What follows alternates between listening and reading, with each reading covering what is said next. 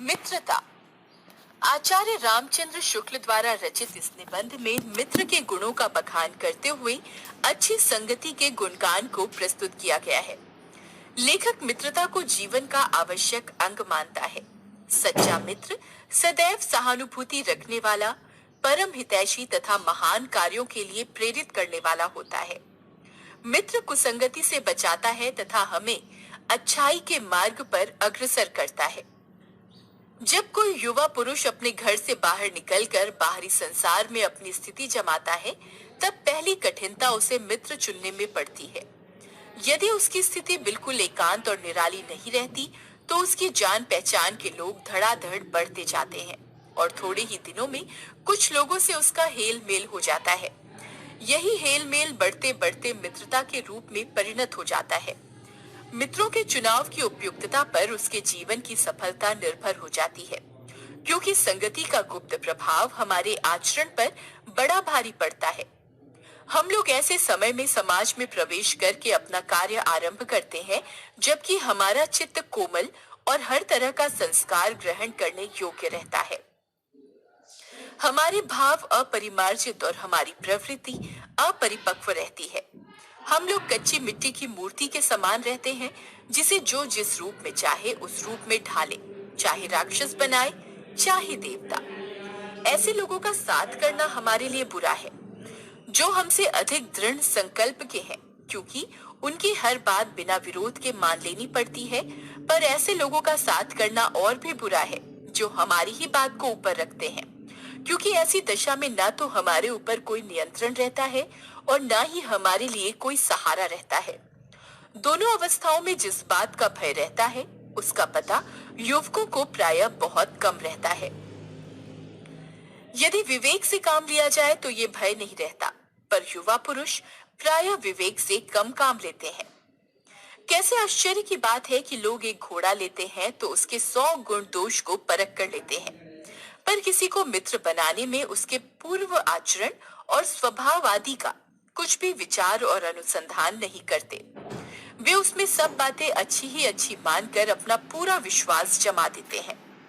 हंसमुख चेहरा, बातचीत का ढंग, थोड़ी चतुराई या साहस, यही 2-4 बातें किसी में देखकर लोग चटपट उसे अपना बना लेते हैं।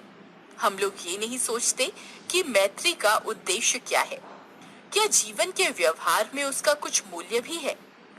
ये बात हमें नहीं सूझती कि ये ऐसा साधन है जिससे आत्म शिक्षा का कार्य बहुत सुगम हो जाता है। एक प्राचीन विद्वान का वचन है, विश्वास पात्र मित्र से बड़ी भारी रक्षा रहती है। जिसे ऐसा मित्र मिल जाए उसे समझना चाहिए कि खजाना मिल गया। विश्वास पात्र मित्र जीवन की एक औषध है। हमें अपने मित्रों से ये आशा रखनी चाहिए कि वे उत्तम संकल्पों से हमें दृढ़ करेंगे, दोषों और त्रुटियों से हमें बचाएंगे, हमारे सत्य, पवित्रता और मर्यादा के प्रेम को पुष्ट करेंगे। जब हम कुमार्ग पर पैर रखेंगे तब वे हमें सचेत करेंगे। जब हम हतोत्साहित होंगे तब हमें उत्साहित करेंगे। सारांश ये है कि हमें उत्तमता पूर्वक जीवन निर्वाह करने में हर तरह से सहायता देंगे। सच्ची मित्रता में उत्तम वैद्य की सी निपुणता और परख होती है। अच्छी से अच्छी माता का सा धैर्य और कोमलता होती है। ऐसी ही मित्रता करने का प्रयत्न प्रत्येक व्यक्ति को करना चाहिए। छात्रावस्था में मित्रता की धुन सवार रहती है। मित्रता हृदय से उमड़ पड़ती है। पीछे के जो स्नेह बंधन होते हैं उनमें ना तो उतनी उमंग रहती है, न उतनी खिन्नता। बाल मैत्री में जो मग्न करने वाला आनंद होता है वह और कहां। कैसी मधुरता और कैसी अनुरक्ति होती है, कैसा अपार विश्वास होता है। हृदय से कैसे कैसे उद्गार निकलते हैं। वर्तमान कैसा आनंदमय दिखाई पड़ता है और भविष्य के संबंध में कैसी लुभाने वाली कल्पनाएं मन में रहती हैं। कितनी बातें लगती हैं और कितनी जल्दी मानना होता है। सहपाठी की मित्रता, इस उक्ति में हृदय के कितने भारी उथल पुथल का भाव भरा हुआ है, किंतु जिस प्रकार युवा पुरुष की मित्रता स्कूल के बालक की मित्रता से दृढ़, शांत और गंभीर होती है, उसी प्रकार हमारी युवावस्था के मित्र बाल्यावस्था के मित्रों से कई बातों में भिन्न होते हैं। मैं मित्र चाहते हुए बहुत से लोग मित्र के आदर्श की कल्पना मन में करते होंगे, पर इस कल्पित आदर्श से तो हमारा काम जीवन के झंझटों में चलता नहीं। सुंदर प्रतिभा, मनभावनी चाल और स्वच्छंद प्रकृति, यही दो चार बातें देखकर मित्रता की जाती है। पर जीवन संग्राम में साथ देने वाले मित्रों में इनसे कुछ अधिक बातें चाहिए।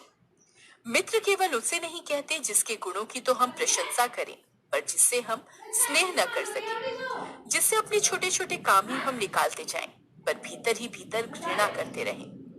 मित्र सच्चे पथ प्रदर्शक के समान होना चाहिए, जिस पर हम पूरा विश्वास कर सके। मित्र भाई के समान होना चाहिए, जिसे हम अपना प्रीति पात्र बना सके। हमारे और हमारे मित्र के बीच सच्ची सहानुभूति होनी चाहिए, ऐसी सहानुभूति जिससे एक के हानि लाभ को दूसरा अपना हानि लाभ समझे। मित्र का कर्तव्य इस प्रकार बताया गया है। उच्च और महान कार्यों में इस प्रकार सहायता देना, मन बढ़ाना और साहस दिलाना कि तुम अपनी अपनी सामर्थ्य से बाहर काम कर जाओ। ये कर्तव्य उसी से पूरा होगा जो दृढ़ चित्त और सत्य संकल्प का हो। इससे हमें ऐसे ही मित्रों की खोज में रहना चाहिए जिनमें हमसे अधिक आत्मबल हो। हमें उनका पल्ला उसी तरह पकड़ना चाहिए जिस तरह सुग्रीव ने राम का पल्ला पकड़ा था।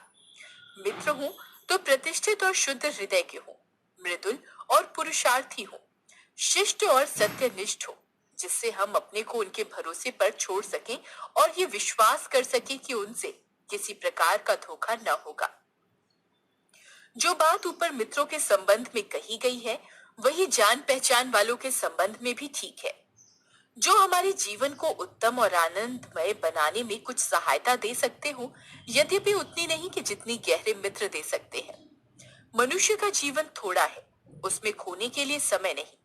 यदि क, ख और ग हमारे लिए कुछ नहीं कर सकते हैं, न कोई बुद्धिमानी या विनोद की बातचीत कर सकते हैं, न कोई अच्छी बात बतला सकते हैं, न सहानुभूति द्वारा हमें ढांढस बंधा सकते हैं, न हमारे आनंद में सम्मिलित हो सकते हैं, ना हमें कर्तव्य का ध्यान दिला सकते हैं, तो ईश्वर हमें उनसे दूर ही रखे। आजकल जान पहचान बढ़ाना कोई बड़ी बात नहीं है। कोई भी युवा पुरुष ऐसे अनेक युवा पुरुषों को पा सकता है जो उसके साथ थिएटर देखने जाएंगे, नाच रंग में जाएंगे, सैर सपाटे में जाएंगे, भोजन का निमंत्रण स्वीकार करेंगे।